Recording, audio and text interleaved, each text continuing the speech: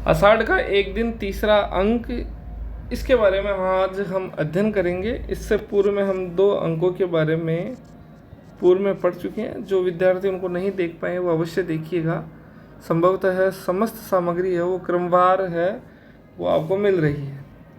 नाटक के तीसरे अंक के प्रारंभ में मल्लिका के घर की भौतिक स्थिति क्या दर्शाती है। साथियों, तीनों ही अंकों में हम भौतिक स्थिति के बारे में हम पढ़ते हैं। प्रथम अंक में स्थिति संतोषजनक है, दूसरे और तीसरे अंक में बराबर क्रमवार पतन की स्थिति दिखाई देती है। घर की जीर्ण शीर्ण अवस्था है, लिपाई व उखड़ी हुई है, टूटे बर्तन समय के बीतने और आर्थिक विपन्नता है उसको प्रदर्शित करते हुए नजर आते हैं। अंक 3 में समय का अंतराल कितना दिखाया गया है, तो अंक 2 के कई वर्षों के बाद में लगभग 6 से 7 वर्षों का अंतराल है वो दिखाया गया है। इसके बाद में देखिए अंक 3 में धुंधली आकृतियां और अंधेरा किसका संकेत है। धुंधली आकृतियां अर्थात जिससे हमें स्पष्ट रूप से कुछ भी हम अनुमान नहीं लगा सकते, अर्थात भविष्य की अनिश्चितता। अंधेरा यानी पात्र अपने जीवन में गर्त की ओर बढ़ रहे हैं, अवसान की ओर वो प्रशस्त हो रहे हैं। अंक 3 में जीर्ण शीर्ण घर किसका प्रतीक है। यह मल्लिका के टूटे हुए जीवन के अभाव, कालिदास की कलात्मक प्रेरणा के ह्रास है उसका प्रतीक है। साथियों, इस प्रकार के जो विश्लेषणात्मक प्रश्न है, भाव संवेदना के प्रश्न निश्चित रूप से बनेंगे, इसीलिए इन प्रतीकों का आप अवश्य ध्यान रखिएगा। तीसरे अंक में वर्षा का प्रतीकात्मक महत्व क्या है। ये कालिदास के पश्चाताप को व्यक्त करता है, साथ ही मल्लिका के आंसू और जीवन के एक चक्र के पूर्ण होने का प्रतीक है उसको भी दर्शाता है। आगे देखिएगा, ये जो वस्त्र सज्जा है इससे आप काफ़ी कुछ समझ पाएंगे। अंक 3 में कालिदास की वेशभूषा कैसी है, तो क्षत विक्षत हो चुकी, जगह जगह से फटी हुई है, गंदी है, गंदापन इसमें दिखाई दे रहा है साथियों, और साधारण एक भिक्षु या थके हुए राही के भांति प्रतीत हो रही है। कश्मीर के शासक का दायित्व निभाते समय कालिदास का क्या नाम हो गया, तो मात्रगुप्त। ध्यान दीजिए, मात्रगुप्त के रूप में। मैं वह व्यक्ति नहीं हूँ जिसे तुम पहले पहचानती रही हो, दूसरा व्यक्ति हूँ। वक्ता और संदर्भ बताइए। साथ ही वो कालिदास है। इसका संदर्भ देखें तो वर्षों बाद फटे स्थिति में कश्मीर त्याग कर जब मल्लिका की तरफ कालिदास ने सत्ता त्यागने के बाद खुद को किससे मुक्त माना, तो ध्यान दीजिएगा, मातृगुप्त के कलेवर अर्थात बाहरी आवरण से। उसके भीतर एक कवित्व था और कवित्व उससे त्याग दिया गया था, उसने छोड़ दिया था, और कहीं ना कहीं वो जो जीवन के जो भौतिक लिप्साएं हैं उनमें कालिदास संलग्न हो गया था। जब उसके भीतर एक संवेदना जागृत होती है तब वह मातृगुप्त के बाहरी कलेवर को त्याग देता है। नाटक के अंत में कालिदास की वापसी का मुख्य उद्देश्य क्या था। अतीत के उस सूत्र को फिर से ढूंढना जिसे वह छोड़कर गए थे। वापस पुनः वो अतीत की ओर लौटना चाहता था और यही मुख्य उद्देश्य था। सत्ता और प्रभुता का मोह छूट गया, आज मैं उस सबसे मुक्त हो जो वर्षों से मुझे कसता आ रहा है। ये किसका कथन है, तो स्पष्ट है कालिदास का है। अंक 3 में मल्लिका के घर में तख्त के स्थान पर क्या रखा गया, तो एक टूटा हुआ पालना है साथियों, जिसमें एक बच्ची है। मल्लिका ने अपने बच्ची का नाम क्या रखा, ध्यान दीजिएगा, खुद के नाम पर ही मल्लिका रखा, ऐसा नाटक में संकेत मिलता है। स्वयं के नाम पर ये आता है, स्वयं का नाम है फिर मल्लिका, तो इससे हम अनुमान लगा सकते हैं मल्लिका इसका नाम रखा गया है। यह मेरा वर्तमान है। मल्लिका ने यह वाक्य किसके लिए क्यों कहा। मल्लिका ने अपनी छोटी बच्ची के लिए कहा, जो अभाव और वर्तमान संघर्षपूर्ण वास्तविकता का प्रतीक है। विलोम ने मल्लिका की बच्ची की आंखों की तुलना किससे की, जो हरिण शावक है उसकी आंखों से तुलना करता है। मल्लिका की माँ की क्या स्थिति है, अब उसकी मृत्यु हो चुकी, तीसरे अंक में उसकी मृत्यु बताई गई है बाद में। अंक 3 में मातुल की शारीरिक अवस्था में क्या परिवर्तन आया। साथियों, वो राजप्रसाद में रहने के दौरान पांव टूटने के कारण अब बैसाखियों पर चलने लग गया है। मातुल का बैसाखी के साथ चलना किसका प्रतीक है। राज सत्ता के संरक्षण में व्यक्ति पंगु हो जाता है और लाचारी में जीवन व्यतीत करता है, इसका प्रतीकात्मक अर्थ व्यंजित होता है। मातुल ने राजप्रसाद के जीवन को बेघर होना क्यों कहा, क्योंकि वहाँ व्यक्ति केवल एक वस्तु या पद बन जाता है, उसे कोई सहज आत्मीयता नहीं मिलती है। अंक 3 में मातुल के अनुसार राजप्रसाद का जीवन कैसा था? अत्यंत औपचारिक, कृत्रिम, जहाँ मनुष्य की अपनी पहचान लुप्त हो जाती है। कालिदास का कश्मीर छोड़ना उसके किस मानसिक परिवर्तन को दर्शाता है? तो सत्ता के प्रति उसका पूर्ण मोहभंग हो चुका और कलात्मक पहचान है, उसकी पहचान के रूप में यहाँ पर हमें चित्रण दिखाई देता है। विलोम एक प्रमुख पात्र के रूप में सामने आता है। दरअसल विलोम अपने आप में कालिदास का विपरीत है और विपरीत है कालिदास विलोम का।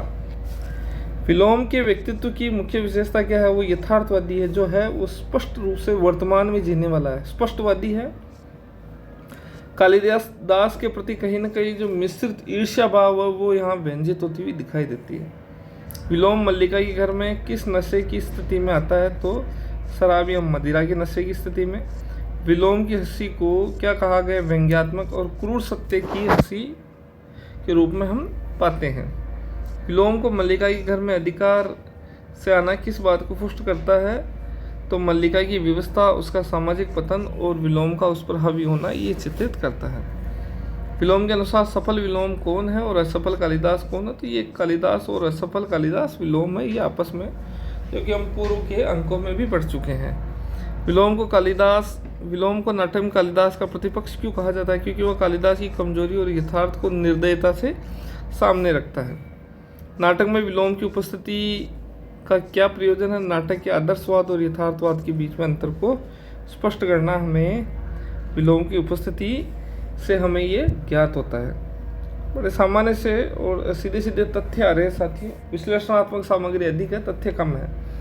कालिदास ने मल्लिका से मिलने में वर्षों की देरी क्यों की? क्योंकि वह अपने अस्थिर मन और हीनता बोध के कारण मल्लिका के सामना करने से वो भयभीत हो रहा था।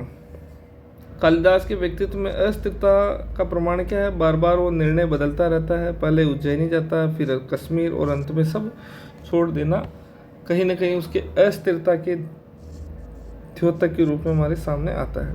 विलोम ने कालिदास से क्या प्रश्न पूछा जो कालिदास के अंतर्द्वंद को दर्शाता है? क्या तुम अभी भी वही कालिदास हो जो कल थे? विलोम ने ये प्रश्न पूछा। कालिदास के अनुसार समय किससे अधिक शक्तिशाली है? मनुष्य की इच्छा और उसके संकल्प से। विलोम के अनुसार समय निर्दय क्यों नहीं है? क्योंकि वह दूसरों, विलोम जैसे लोगों को भी अवसर और अधिकार देता है, इसलिए निर्दय क्यों नहीं है? कालिदास ने संन्यास लेकर कहाँ जाने की अफवाह को गलत सिद्ध किया? काशी जाने की अफवाह है उसको सिद्ध किया है, गलत सिद्ध किया। साथियों आगे देखिएगा, कालिदास के पात्र में क्रिएटिव क्राइसिस यानी सृजनात्मक संकट का मुख्य कारण क्या है? राजसी सुख सुविधाओं और राजनीति के बीच में जो मौलिक संवेदनाएं हैं, जब भौतिक आवरण चढ़ जाता है तो व्यक्ति के भीतर की जो मौलिकताएं हैं, रचनात्मकता है, वो कहीं ना कहीं उनका ह्रास हो जाता है, वो नष्ट हो जाती है, वो कहीं ना कहीं छुप जाती है। कालिदास के अनुसार राज अधिकारी बनने के बाद उसके लेखन पर क्या प्रभाव पड़ा? उसका लेखन कार्य निष्प्राण हो गया क्योंकि वो अपने वास्तविक जो भूमि है उससे उखड़ चुका था। कालिदास ने मल्लिका के घर की मिट्टी की तुलना किससे की? राजप्रसाद की चिकनी जो शिलाएं हैं जहाँ पर पैर फिसलते हैं उससे करते हैं। कालिदास ने अंतर्मन में किस बात का प्रतिशोध लेने की भावना थी? उन लोगों से जिन्होंने उसके अभावग्रस्त जीवन में उसका उपहास उड़ाया था। अभावपूर्ण जीवन की वह एक स्वाभाविक प्रतिक्रिया थी। कालिदास ने यह किसके संदर्भ में कहा? अपने द्वारा कश्मीर का शासन स्वीकार करने के निर्णय के संदर्भ में कालिदास कहते हैं कि अभावपूर्ण जीवन की वह एक स्वाभाविक प्रतिक्रिया थी। आगे देखिए साथियों, कालिदास के अनुसार कुमार संभव की तपस्विनी उमा कौन है? तो यह है मल्लिका। साथियों ध्यान दीजिए, कहीं न कहीं अपने लेखन और रचनात्मक कार्य में काव्य सर्जना जितने भी की है कालिदास ने, वहाँ पात्रा के रूप में कहीं न कहीं मल्लिका सामने आ जाती है। कालिदास ने मेघदूत में विरह का वर्णन किसके माध्यम से किया? तो यक्ष के माध्यम से। किसके माध्यम से?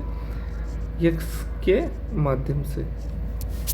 कालिदास ने मेघदूत की यक्षिणी और अभिज्ञान शकुंतला में किसे देखा? तो मैंने आपको बताया नायिका के रूप में कहीं ना कहीं मल्लिका है, मल्लिका का ही जिक्र आता है। कालिदास ने रघुवंश में अज का विलाप किसे केंद्र में रखकर लिखा? अपनी और मल्लिका की विरह वेदना को देखकर। को ध्यान में रखकर। कालिदास की कृतियों में हिमालय की पृष्ठभूमि किस महाकाव्य में है? तो साथियों ध्यान दीजिएगा, यह है कुमार संभव में। अब ये तुलनात्मक अध्ययन है साथियों, एक तरफ उज्जैनी का भौतिकवाद है, दूसरी तरफ मल्लिका की भावना। मल्लिका ने प्रियंगु मंजरी द्वारा भेजी गई स्वर्ण मुद्राएं और वस्त्र की लौटा दिए, क्योंकि अपने स्वाभिमान की रक्षा के लिए अपनी भावनाओं को मूल्य स्वीकार नहीं कर सकती, वो भावनाओं के साथ खिलवाड़ नहीं कर सकती। इसीलिए प्रियंगु मंजरी मल्लिका के घर का परिसंस्कार क्यों कराना चाहती है? कालिदास के अतीत को मिटाकर पूरी तरह से उज्जैनी के साँचे में डालने के लिए, क्योंकि वो वर्तमान में ज़्यादा जीती है। कालिदास के अनुसार उज्जैनी की राजसभा का प्रत्येक व्यक्ति किस लेखक के रूप में जाना जाता है? तो कहीं ना कहीं ये द्वंद्वात्मक स्थिति है, और इसमें पूर्व के तथ्य भी आए साथियों, तो ऋतुसंहार के लेखक के रूप में। मल्लिका के लिए भावना क्या है? पवित्र, कोमल, अनश्वर और स्थूल आवश्यकताओं से परे, ऊपर। कालिदास के अनुसार उज्जैनी में रहकर जो कुछ भी लिखा हुआ कहाँ का जीवन का संचय है? तो हिमालय की तलहटी का। तो ये कहीं ना कहीं तुलनात्मक अध्ययन यहाँ पर हमने किया है साथियों, जिसमें आप तृतीय अंक उसकी संवेदना के बजाय जो पूरी जो तीनों अंक है उससे संबंधित तथ्यों के आधार पर निष्कर्ष निकाला गया है। मल्लिका द्वारा कालिदास के लिए बनाए गए कोरे पन्नों की ग्रंथ की वर्तमान स्थिति क्या है? अब पन्ने सड़ने लग गए हैं, उन पर धूल भी जम गई है, आंसू, पसीनों और सीलन के दागों से भरे पड़े हैं। अंक 3 में फटी हुई पांडुलिपि किस बात की ओर संकेत करती है? कला और प्रेम के उस नष्ट होते हुए आदर्श को जो समय की मार नहीं झेल पा रहा है। कालिदास ने मल्लिका के कोरे पृष्ठों को देखकर क्या टिप्पणी की? कि इन पर एक महाकाव्य की रचना पहले की जा चुकी है, मल्लिका के जीवन के संघर्षों के द्वारा। मल्लिका ने कालिदास को अत से आरंभ करने के लिए क्यों प्रेरित किया? ताकि वह अपने खोई हुई प्रेरणा और कला को पुनर्जीवित कर सके। मल्लिका का मौन पूरे नाटक में क्या भूमिका निभाता? उसकी शक्ति, उसकी पीड़ा और कालिदास के प्रति उसके अगाध प्रेम है, उसका मूक निर्वाह है जो मल्लिका का मौन है वो व्यंजित करता है। आगे देखिए साथियों, अंक 3 की शुरुआत में मल्लिका के पहनावे में क्या अंतर आता है? वो फटे पुराने कपड़े हो चुके हैं और उसकी काया भी अब जीर्ण हो चुकी है, वृद्धावस्था की ओर उसका गमन हो गया है। गुण दोषों का वह समूह है, दोष गुणों में के समूह में उसी प्रकार छिप जाते हैं जैसे चांद की किरणों में कलंक, परंतु दारिद्र्य नहीं। संदर्भ बताइए। तो साथियों, मल्लिका का स्वगत कथन है, जहाँ पर गरीबी के कारण अपने चरित्र पर पड़े लांछन की पीड़ा व्यंजित करती है वो। मल्लिका के अनुसार उसके जीवन में अभाव ने क्या रूप ले लिया? अभाव ने विशेषण का रूप ले लिया है, अर्थात उसकी पहचान खो गई है। कालिदास के जाने के बाद मल्लिका के जीवन के विवरण की जगह विशेषण किससे बन गया? क्योंकि समाज उसे पतित और अपवाद जैसा विशेषण देने लग गया है, इसीलिए उसका जीवन अब क्या हो गया? विवरण की जगह विशेषण बन गया है।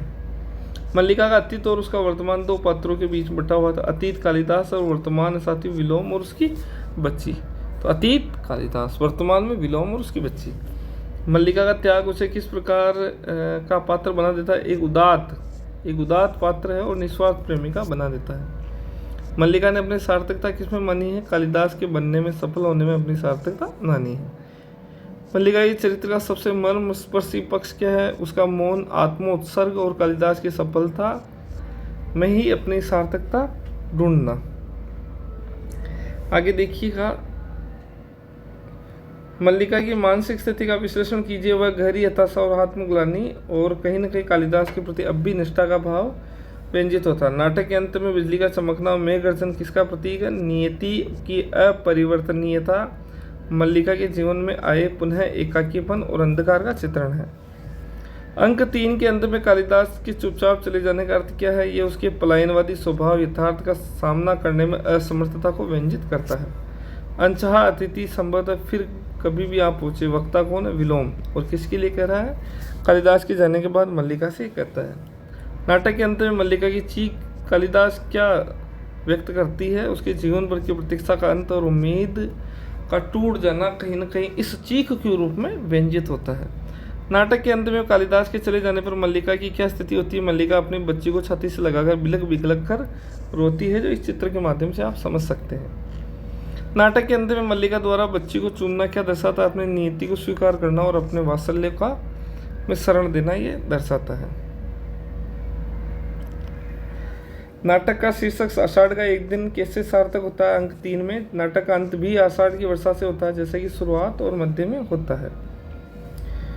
नाटक आषाढ़ का एक दिन का मूल द्वंद्व क्या है साथियों? तो कलाकार की जो सृजनात्मकता है वो राज सत्ता और प्रेम बनाव करते हुए इनमें उलझी हुई रहती है, तो इन्हीं के ही मूल द्वंद्व को चित्रित करता है। कालिदास के पात्र के माध्यम से लेखक ने बुद्धिजीवी की समस्या को उठाया है, तो सत्ता के साथ तालमेल बिठाने में आने वाली नैतिक और रचनात्मक गिरावट है उसको चित्रित किया है। मोहन राकेश ने कालिदास को एक आधुनिक नायक के रूप में चित्रित कैसे किया है? उसके अंतर्द्वंद, असुरक्षा, मानवीय कमजोरी से भरा हुआ दिखाकर चित्रित किया है। मोहन राकेश के इस नाटक को युगांतकारी क्यों माना जाता है? क्योंकि इसमें ऐतिहासिक पात्रों के माध्यम से आधुनिक मनुष्य की मनोवैज्ञानिक उलझनों के कारण इसे युगांतकारी माना गया है।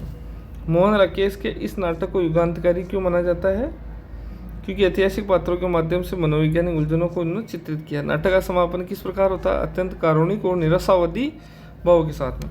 साथियों, कुछ गति सामान्य से अधिक थी, किंतु हमने लगभग 75 के इर्द गिर्द तथ्यों को, जो भी विश्लेषणात्मक सामग्री, उसको समेटने का प्रयास किया है। आशा करता हूँ साथियों, तीनों अंक अगर आपने पढ़े हैं तो लगभग समस्त तथ्य आप जो महत्वपूर्ण सामग्री है वह आप पढ़ चुके होंगे और परीक्षा के लिए आपके लिए अत्यंत उपयोगी रहेगी। धन्यवाद, नमस्कार।